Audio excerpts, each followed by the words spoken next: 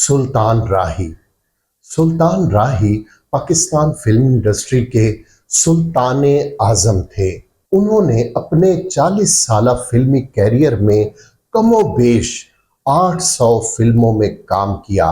800 फिल्मों के हिसाब से अगर देखा जाए तो हर साल उनकी फिल्मों की औसत 20 बनती है। 1956 में फिल्म बागी में चंद सेकंड्स के लिए एक एक्स्ट्रा अदाकार के तौर पर नजर आए।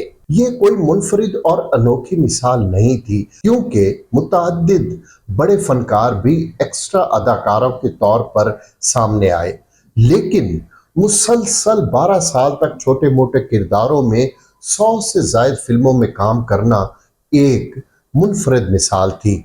1968 में फिल्म बदला में पहली बार मरकजी विलन थे और सिर्फ 5 बरसों में मिले जुले किरदारों में भी सुल्तान राही ने 100 से ज्यादा फिल्मों में काम किया। 1972 में फिल्म शेरा से सुल्तान राही को उरूज मिला और सिर्फ 7 बरसों में मुख्तलिफ नौ मरकजी किरदारों में 100 से ज्यादा फिल्मों में काम किया।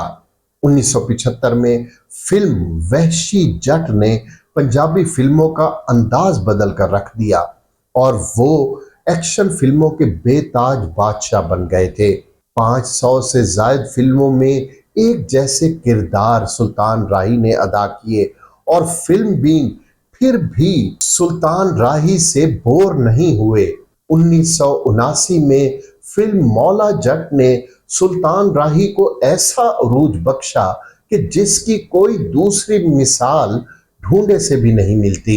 मुसलसल 2 अशरों तक बामे अरूज पर सुल्तान राही रहे। इस दौरान एक कैलेंडर ईयर में सबसे ज्यादा फिल्मों में सुल्तान राही ने काम किया और सिर्फ 3 बरसों में 100 फिल्मों में काम करने का बेमिसाल और बेबदल रिकॉर्ड भी उन्होंने कायम किया। सुल्तान राही की बेवक्त और अचानक मौत ने फिल्म इंडस्ट्री को हिला कर रख दिया।